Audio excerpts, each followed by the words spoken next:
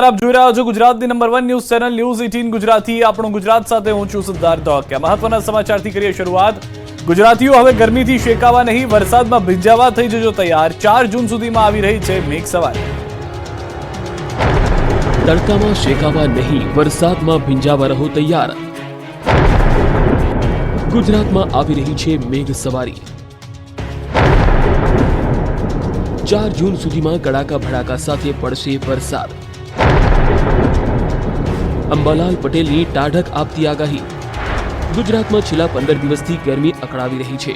સૂરજદાદા ગુજરાત પર કોપાયમાન થતા ગરમીએ તમામ રેકોર્ડ તોડી દેતા હાહાકાર મચી ગયો।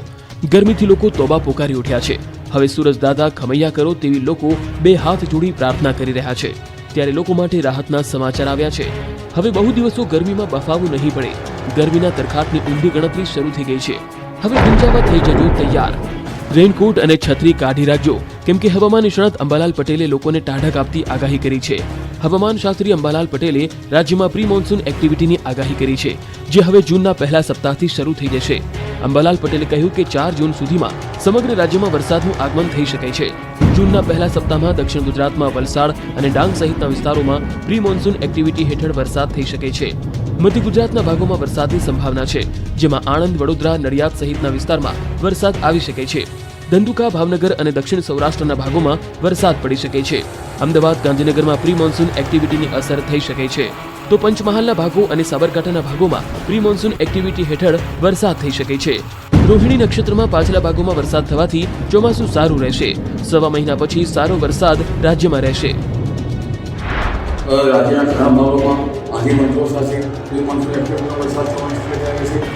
4 જૂન સુધીમાં વડોદરા તેમજ નડિયાદ, આણંદ અને ધંધુકા, ભાવનગર, દક્ષિણ સૌરાષ્ટ્રના કેટલાક ભાગો, જ્યારે મધ્ય ગુજરાતના ભાગો, અમદાવાદ અને ગાંધીનગર અને ધોળકા તેમજ લગભગ પંચમહાલના ભાગોમાં અને ગોધરાના કેટલાક ભાગોમાં પ્રી મોન્સૂન એક્ટિવિટી ગાજવીજ સાથે થવાની શક્યતા છે।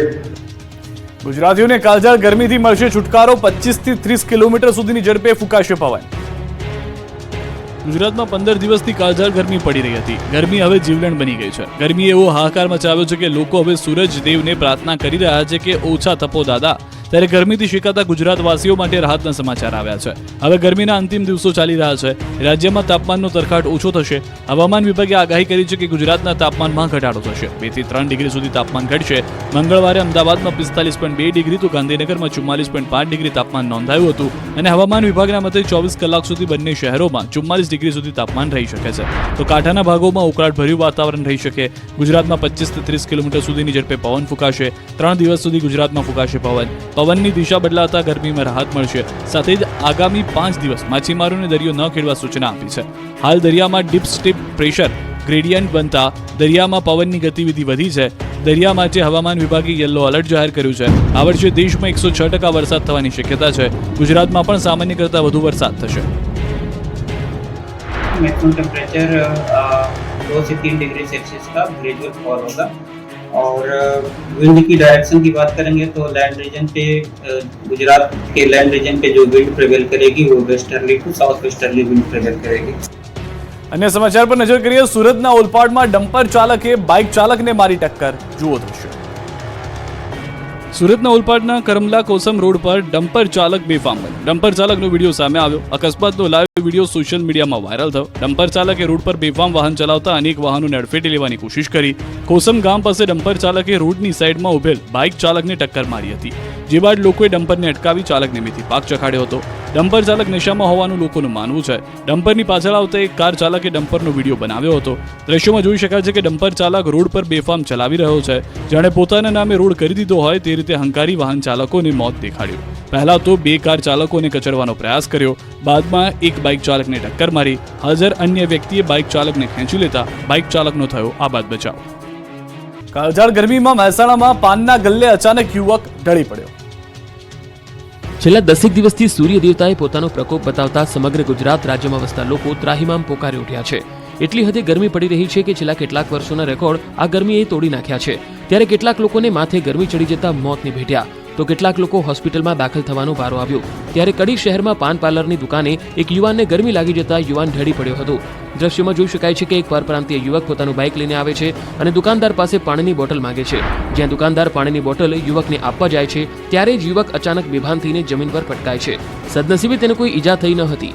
દુકાન ચાલકના મતે યુવાને પાણીની બોટલ માંગી હતી ત્યારે યુવક અચાનક જ બેભાન થઈને જમીન પર પટકાયો હતો.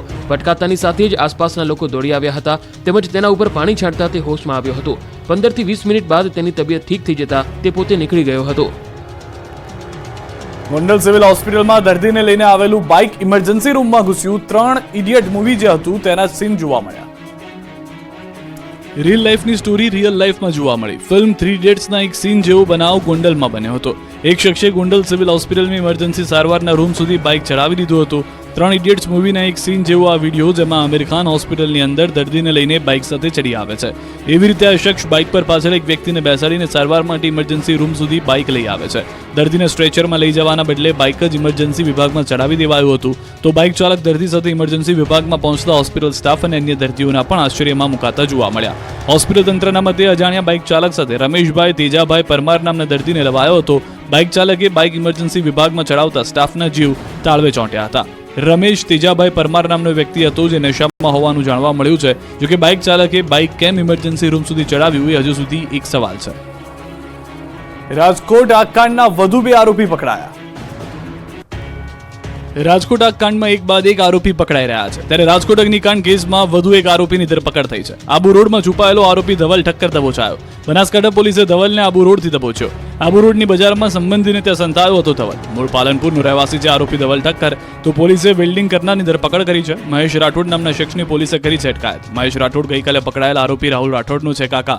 મહેશ રાઠોડ પણ સામાન્ય રીતે દાજ્યા હતા, જેમને ખાનગી હોસ્પિટલમાં લીધી હતી સારવાર. ઉપરાંત જે જગ્યા પર ટીઆરપી ગેમ ઝોન બનાવવામાં આવેલું હતું તે જગ્યાના માલિક અશોકસિંહ જાડેજા અને કિરીટસિંહ જાડેજાની પણ થઈ શકે છે અટકાયત. આ કાંડના 3 દિવસે પરસોત્તમ રૂપાલા રાજકોટની સિવિલ હોસ્પિટલે પહોંચતા લોકોએ ઘેર્યા ઠાલવ્યો રોષ. ભાજપે જેમને લોકસભાની ચૂંટણીમાં ઉમેદવાર બનાવ્યા તે પરસોત્તમ રૂપાલા રાજકોટ ગેમ ઝોન અગ્નિકાંડમાં ક્યાંય દેખાયા ન હતા. 3 દિવસથી ગાયબ રહેલા પરસોત્તમ રૂપાલા આખરે રાજકોટમાં પ્રકટ થયા. ત્યારે લોકોના આક્રોશ અને વિરોધ બાદ આખરે ઘટનાના 3 દિવસ બાદ રાજકોટ પહોંચ્યા. વિરોધ બાદ રૂપાલા પ્રથમ વખત સિવિલ હોસ્પિટલ આવી પહોંચ્યા. ત્યાં તેઓએ પીડિત પરિવારને મળવા પહોંચતા પરિવારજનોએ રૂપાલાને ઘેરી લીધા. અગ્નિકાંડના પીડિતોના પરિવારે રોષ ઠાલવ્યો. લોકોએ કહ્યું, મીડિયામાં ફોટા પડાવવા આવો છો, આટલો સમય ક્યાં હતા, કઈ રૂપાલાનો ઘેરો કર્યો. જવાબદાર સામે કડકમાં કડક કાર્યવાહી કરવા માંગ. રૂપાલાની સાથે રાજ્યસભા સાંસદ રામ મોકરિયાએ પણ મુલાકાત લીધી. બાદમાં પરસોત્તમ રૂપાલાએ લોકોની વાતો સાંભળી ખાતરી આપી કે મૃતદેહો ઝડપથી આપવામાં આવશે. ગાયબ થવાના સવાલ મુદ્દે રૂપાલાએ ખુલાસો કર્યો કે અધિકારીઓ સાથે સતત સંપર્કમાં હતો. હું આ ઘટના સાથે જોડાયેલો હતો. તમામ બાબતોનું કોર્ડિનેશન સારી રીતે ચાલે તે જોતો રહેતો હતો. રાજકોટ પોલીસ કમિશનર પદે બ્રજેશ ઝાએ સંભાળ્યો ચાર્જ, શરૂ કરી કામગીરી. રાજકોટના નવા પોલીસ કમિશનર તરીકે બ્રિજેશ ઝાએ ચાર્જ સંભાળ્યો છે. ટીઆરપી ગેમ ઝોન અગ્નિકાંડ બાદ અગાઉના પોલીસ કમિશનર રાજુ ભાર્ગવને હટાવવામાં આવ્યા હતા, જે બાદ સીપી બ્રજેશ ઝાએ સાદગીપૂર્વક ચાર્જ સંભાળ્યો છે. ડીજીપી વિકાસ સહાયની સૂચના બાદ નવા સીપીએ ગાર્ડ ઓફ ઓનર વગેરે ચાર્જ સંભાળ્યો છે. ચાર્જ સંભાળતાની સાથે જ બ્રજેશ ઝા એક્શનમાં આવી ગયા છે. 1999 બેચના આઈપીએસ અધિકારી બ્રજેશ ઝાએ રાજકોટના અધિકારીઓ સાથે બેઠક કરી. ચાર્જ સંભાળતાની સાથે બ્રજેશ ઝા હોસ્પિટલ ખાતે પહોંચ્યા. અહીં તમામ કામગીરીને જોઈ અધિકારીઓ અને તબીબો સાથે વાતચીત કરી. બાદમાં જ્યાં આગ લાગી હતી તે ગેમ ઝોન સ્થળે પણ પહોંચી નિરીક્ષણ કર્યું. અહીં અધિકારીઓ સાથે વાતચીત કરી સમગ્ર ઘટનાને લઈને માહિતી મેળવી હતી. તો આજે ડીસીપી ઝોન 2 તરીકે જગદીશ બંગરવાએ પણ ચાર્જ સંભાળ્યો. તમને જણાવી દઈએ કે 1999 બેચના બ્રજેશ ઝાને તાજેતરમાં જ એડિશનલ ડીજી તરીકે પ્રમોશન મળ્યું છે. લોકો પાસે નિયમોનું પાલન કરાવતી અમદાવાદ મહાનગરપાલિકા જ નથી કરતી નિયમોનું પાલન. રાજકોટમાં આગ કાંડ બાદ મોડે તંત્ર જાગ્યું તો છે. રાજ્યભરના ગેમ ઝોન અને કચેરીઓમાં ફાયર સેફટીના સાધનો છે કે નહીં તેની તપાસનો ધમધમાટ ચાલે છે. પરંતુ અમદાવાદમાં દીવાથળે અંધારું જોવા મળ્યું. મહાનગરપાલિકા ગામને ફાયર સેફટીના નિયમોનું પાલન કરવા કહે છે, તે જ મહાનગરપાલિકાની ઓફિસમાં ફાયર સેફટીના સાધનો ધૂળ ખાઈ રહ્યા છે. જ્યારે આ અંગે ન્યૂઝ 18 ગુજરાતીની ટીમે રિયાલિટી ચેક કર્યું તો અમદાવાદ મહાનગરપાલિકાની પોલ ખુલી ગઈ. એએમસી મધ્યસ્થ કચેરી વિંગ બી માં જ નથી ફાયર સેફટીના સાધનો. ઇમારતમાં ફાયર અલાર્મ છે પણ બંધ હાલતમાં. અમુક ફાયર અલાર્મને દોરીથી બાંધવા પડે તેવી નોબત છે. ખુલ્લા લટકી રહ્યા છે ઇલેક્ટ્રિક વાયરો. કચેરીમાં બહાર જવાનો એક જ રસ્તો. જ્યારે આ અંગે અધિકારીઓને પૂછ્યું તો ઉડાવ જવાબ આપ્યો. તેમણે કહ્યું કે જૂની બિલ્ડિંગ હોવાથી ફાયર સાધનો નથી. અરે ભાઈ, આગ કઈ જૂની નવી બિલ્ડિંગ જોઈને ન લાગે. અહીં હજારો કર્મચારીઓ, અરજદારો દરરોજ આવે છે. જ્યારે જો કોઈ દુર્ઘટના થઈ ગઈ તો આખરે કોણ જવાબદાર? જૂની બિલ્ડિંગ બાદ અમારી ટીમે એએમસીની મુખ્ય બિલ્ડિંગમાં તપાસ કરી તો એએમસી બિલ્ડિંગમાં જ પ્રવેશ દ્વાર પર ખંભાથી તાળા જોવા મળ્યા. પ્રવેશ અને બહાર જવા માટે એક જ ગેટ, જ્યાં શહેરના પ્રથમ નાગરિક બેસે છે ત્યાં જ નિયમનો ભંગ જોવા મળ્યો. ખમાસામાં એએમસીની નવી, જૂની અને મધ્યસ્થ ઝોન બિલ્ડિંગમાં પણ નિયમોની એસી કી તેસી જોવા મળી.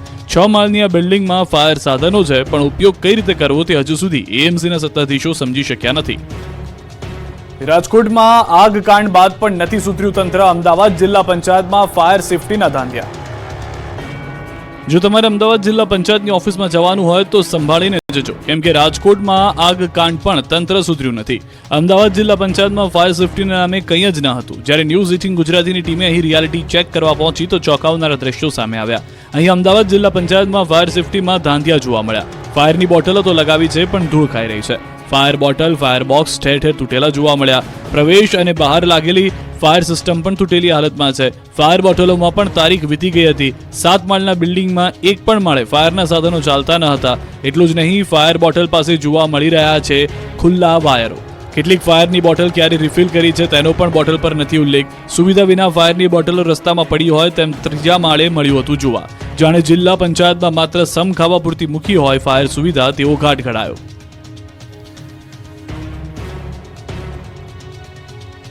સુરતની સરકારી શાળાઓ ચાલી રહી છે રામ ભરોસે. રાજકોટ જેવો કાંડ થવાની ભીતિ. રાજકોટમાં ગેમ ઝોનમાં આગ લાગ્યા બાદ હજુ અન્ય શહેરમાં પણ આવી જ ઘટના બને તેની તંત્ર રાહ જોઈ રહ્યું છે. જુઓ સુરતની સરકારી શાળાના હાલ. સુરતમાં સરકારી શાળાઓના જીવ રામ ભરોસે ચાલી રહ્યા છે. સુરતની સરકારી શાળામાં ફાયર સેફટીના કોઈ સાધન ન હોવાનો ખુલાસો થયો.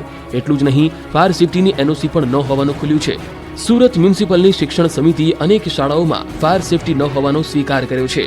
શાળાઓમાં જાણે કોઈ આગની ઘટના બને તે બાદ જ એનઓસી લેવાનું નક્કી કર્યું હોય તેવું લાગે છે. સુરત શિક્ષણ સમિતિના પ્રાથમિક શિક્ષણ મંડળે પત્ર લખી કમિશનરને રજૂઆત કરી છે. પત્રમાં ઉલ્લેખ કરાયો છે કે શહેરની અનેક સરકારી શાળાઓ સુવિધા અને સવલતથી વંચિત છે. શિક્ષણ સમિતિ પ્રાથમિક સંઘ દ્વારા કામગીરી કરવા માટે માંગ કરી છે. વિદ્યાર્થીઓની સુરક્ષા માટે યુદ્ધના ધોરણે કામગીરી કરવા તંત્રને રજૂઆત કરી છે. અમદાવાદ જ નહીં, મોટાભાગના શહેરની સરકારી ઓફિસોમાં નથી ફાયર સેફટી. તપાસમાં થયો મોટો ધડાકો. રાજકોટ અગ્નિકાંડ બાદ પણ ધોરાજીનું નગરપાલિકા તંત્ર નિંદ્રાધીન જોવા મળ્યું. રાજકોટના ધોરાજી નગરપાલિકામાં જ ફાયર સેફટીના સાધનો નથી. નગરપાલિકાનું નવું બિલ્ડિંગ બન્યાને 5 વર્ષ પણ પૂર્ણ થઈ ગયા છે. તેમ છતાં નવા બિલ્ડિંગમાં ફાયર સેફટીના સાધનો વિહોણી છે. આ સિવાય બિલ્ડિંગમાં એન્ટ્રી અને એક્ઝિટ માટે એક જ સીડી છે. જો આગ લાગે તો કચેરીના કામ અર્થે આવતા અરજદારો અને કર્મચારીઓના જીવનું જોખમ થવાની ભારોભાર શક્યતાઓ રહેલી છે. એક તરફ સરકાર ફાયર સેફટીના હોવાને કારણે કડક કાર્યવાહી હાથ ધરવાની સૂચના આપી રહી છે, ત્યારે બીજી તરફ નગરપાલિકામાં જ ફાયર સેફટીના સાધનો નથી. ત્યારે સવાલ એ છે કે શું બીજો અગ્નિકાંડ થાય તેની રાહ જોઈ રહ્યા છો તમે? વડોદરાની હોસ્પિટલ પણ મોતની માફક ધમધમી રહી છે. એસએસજી હોસ્પિટલમાં સેફટીનો અભાવ.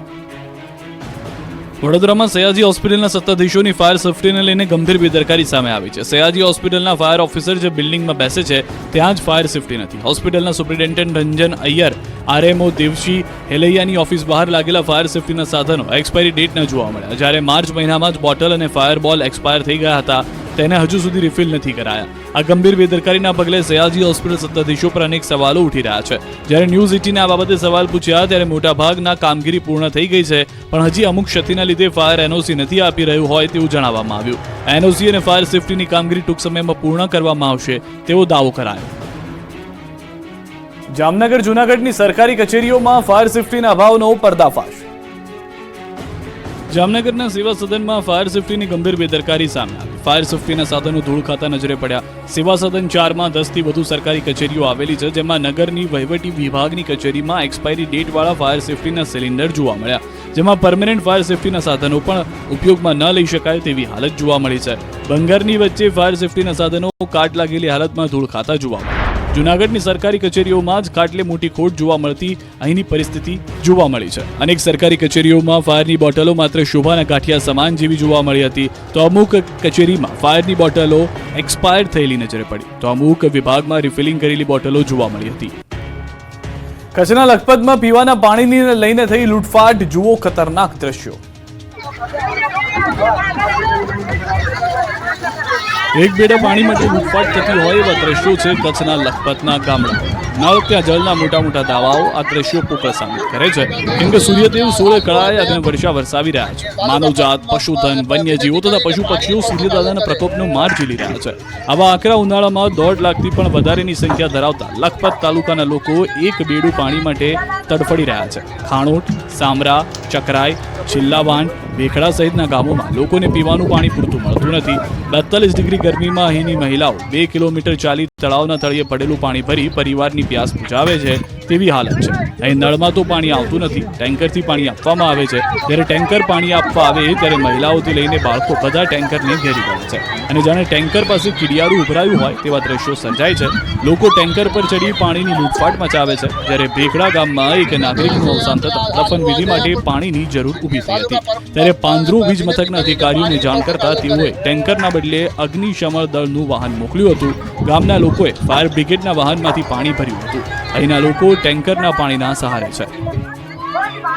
દાહોદના સંજેલીમાં ભર ઉનાળે પાણીની રામાયણ, લોકો વેચાતું પાણી લેવા મજબૂર.